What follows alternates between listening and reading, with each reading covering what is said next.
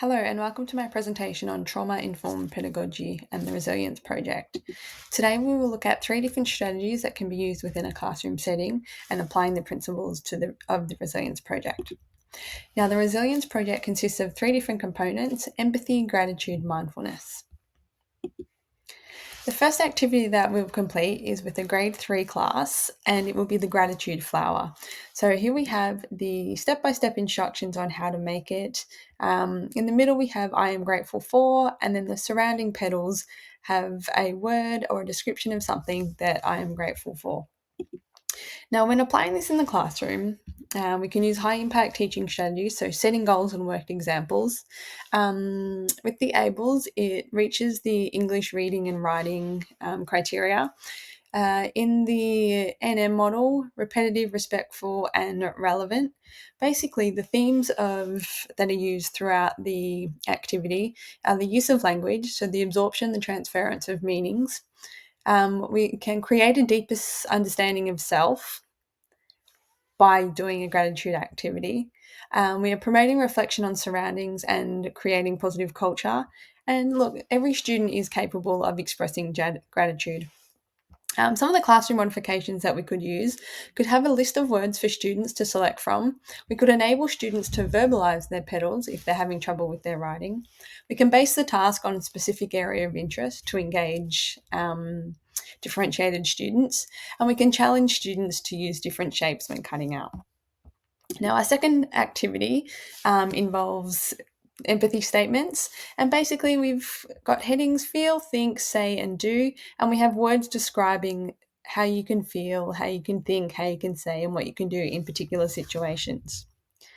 Now, if we apply strategy 2, the high impact teaching strategies that we would use to do this activity is collaborative learning. The ABLES, it looks at personal and social capacity, more from the social front. The NM model looks at relational, respectful, and rewarding themes throughout this activity.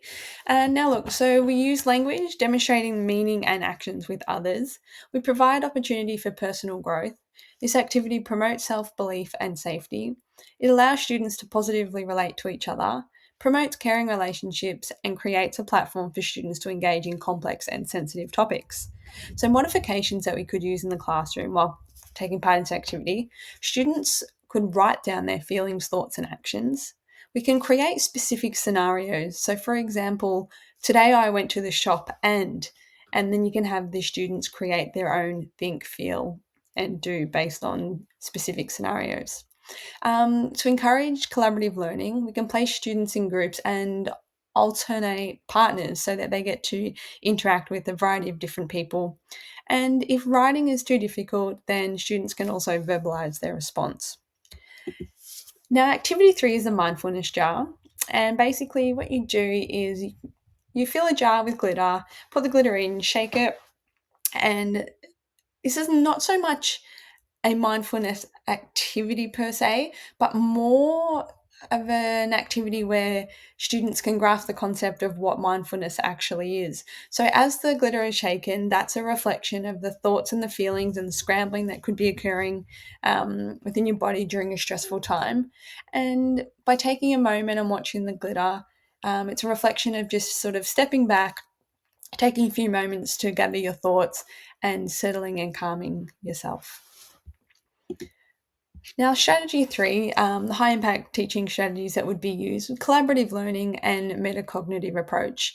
Now, from the ABLES criteria, personal and social capacity, but it's more involved with the self.